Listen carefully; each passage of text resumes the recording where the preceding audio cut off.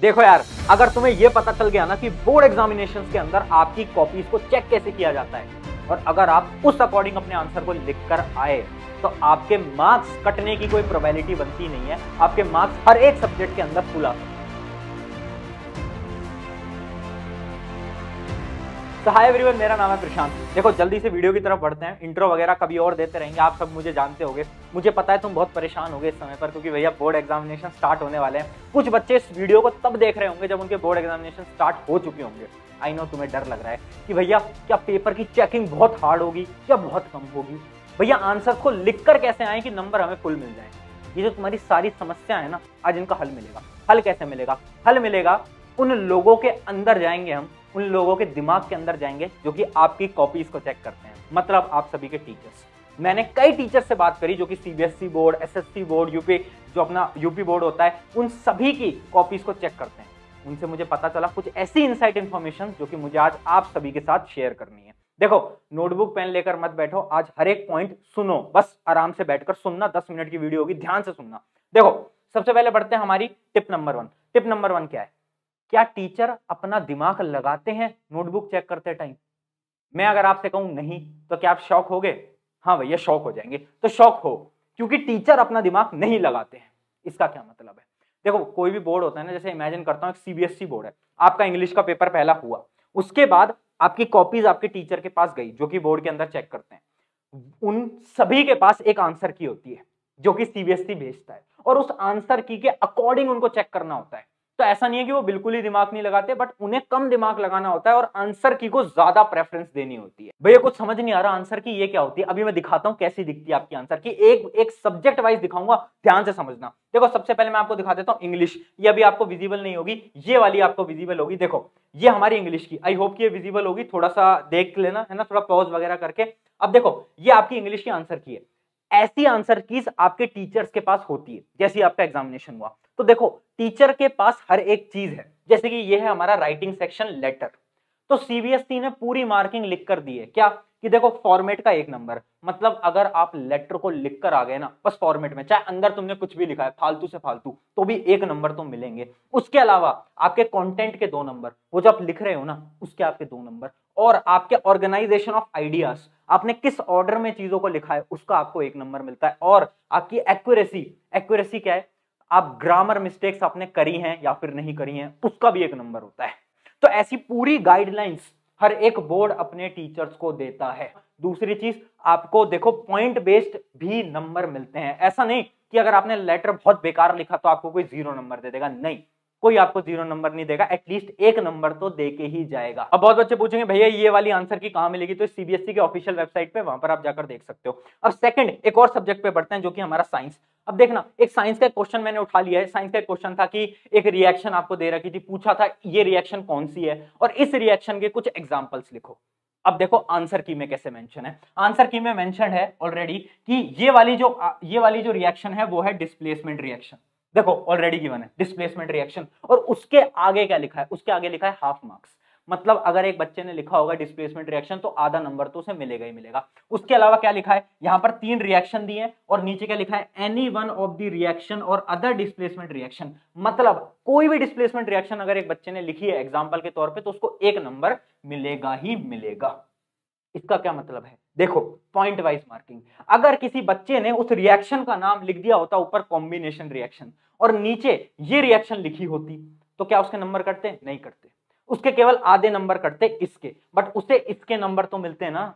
इसका मतलब क्या? स्टेप वाइज मार्किंग होती है, चाहे आपके स्कूल्स में आज तक होती थी नहीं होती थी, डरने की बात नहीं है, बोर्ड है ये। और यहाँ पर देखो, हर कोई चाहता है तुम पास हो, तो तुम्हें आसान मार्किंग मिलेगी और इस प्रकार से तुम्हें मार्किंग मिलेगी।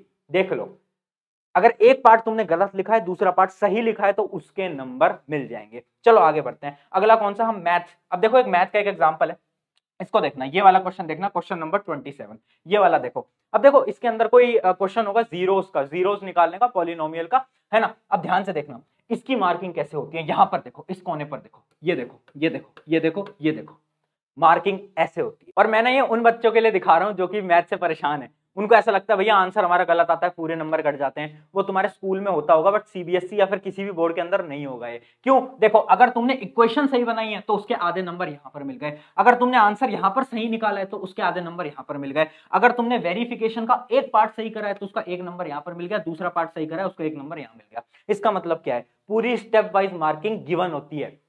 ये एग्जामिनर अपने दिमाग से नहीं सोच सकता, सीबीएसई पूरा आपको देगी या फिर आपका जो भी बोर्ड है वो आपको पूरा आंसर की देगी आपके टीचर को, और टीचर को उसी के अकॉर्डिंग चेक करना पड़ेगा। अब आगे बढ़ते हैं एसएसटी के ऊपर, है ना भैया। चलो एक एसएसटी का सवाल ले लेते हैं। एसएसटी का सवाल है, describe the role of political parties in India. अब देखो, describe the role of political parties in India, ये 5 नंबर का सवाल आया है। अब देखो, इसके अंदर ना आपके सीबीएसई बोर्ड वालों ने देखो 7 या 8 पॉइंट यहां पर लिख दिए हैं, 7 या 8 पॉइंट यहां पर लिख दिए हैं। और देखो ब्रैकेट में क्या लिखा है वो बहुत ध्यान से देखना। ब्रैकेट में लिखा है एनी 5 पॉइंट। देखो एनी 5 पॉइंट, ये बहुत इंपॉर्टेंट है, एनी 5 पॉइंट। इसका क्या मतलब है? देखो, आपके कोई भी बोर्ड एग्जामिनेशन है ना, वो आपके टीचर को सारा आंसर लिख कर देता है, जितना भी एनसीईआरटी के अंदर मेंशन होता है। और अगर बच्चे ने इन 7 पॉइंट में से कोई भी 5 पॉइंट लिखे होते तो उसको पूरे नंबर मिल गए होते। बट यहां पर एक गड़बड़ भी हो जाती है। कभी कभार क्या होता है ना, कुछ बच्चे अपने ही दिमाग से कोई पॉइंट बना लेते हैं जो कि एनसीईआरटी में नहीं होता, और वो लिख देते हैं। तो 90% टीचर को नहीं मानते और उसको गलत कर देते हैं, ये होता है। और ये 2 सब्जेक्ट में होता है, साइंस और एसएसटी के अंदर। तो अगर तुम साइंस और एसएसटी की तैयारी कर रहे हो तो ध्यान से सुनना, एनसीईआरटी इज द की।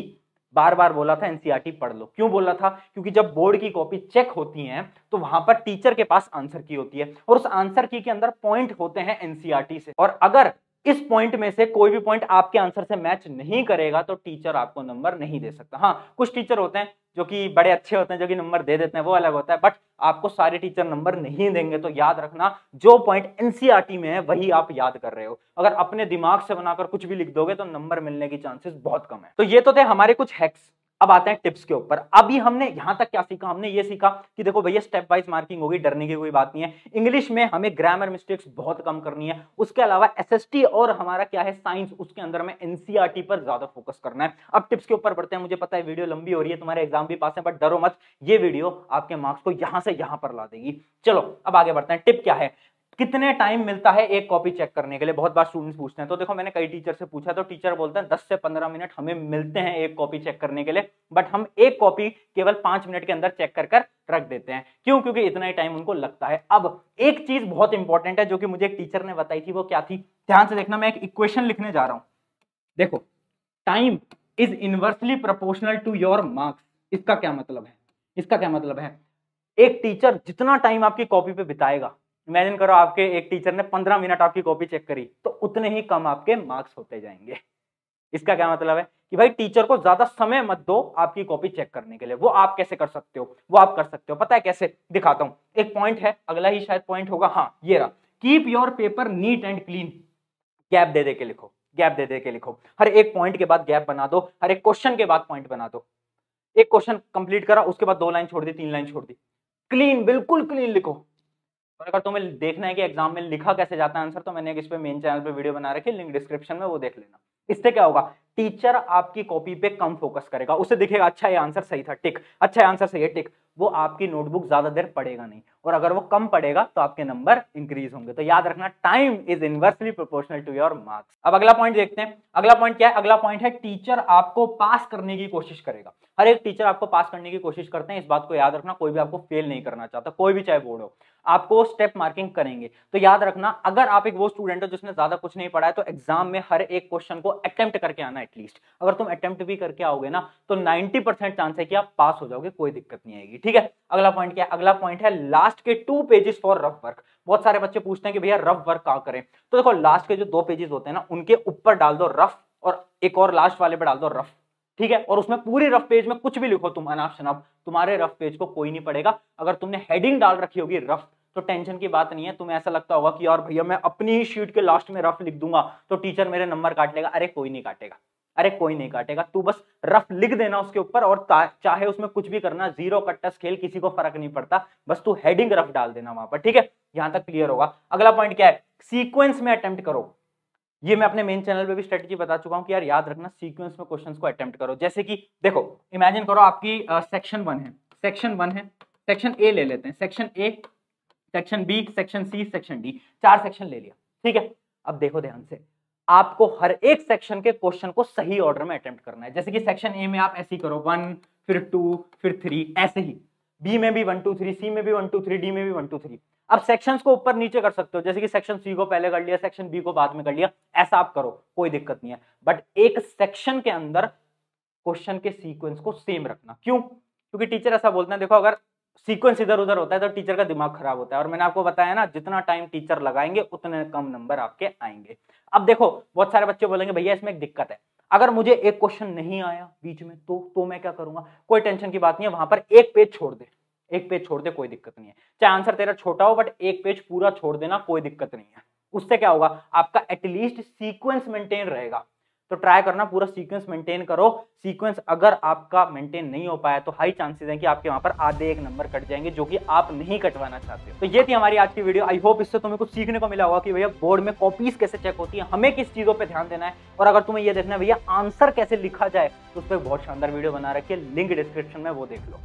अब एक दो चीजें मेरी याद रखना भाई, कट अगर तुम कट करते हो ना, ऐसे आंसर लिखकर कट करते हो तो कट ना एक दो ही कट रखना, ज्यादा कट मत करना, और ट्राई करना वो कट तुम पेंसिल से कर दो नॉर्मली, है ना, पेन से ज्यादा कट मत करना। अगर तुम्हें कोई आंसर बिल्कुल ही बेकार लगता है तो पूरे आंसर पे एक सिंगल कट मारो और वापस से आंसर लिख देना।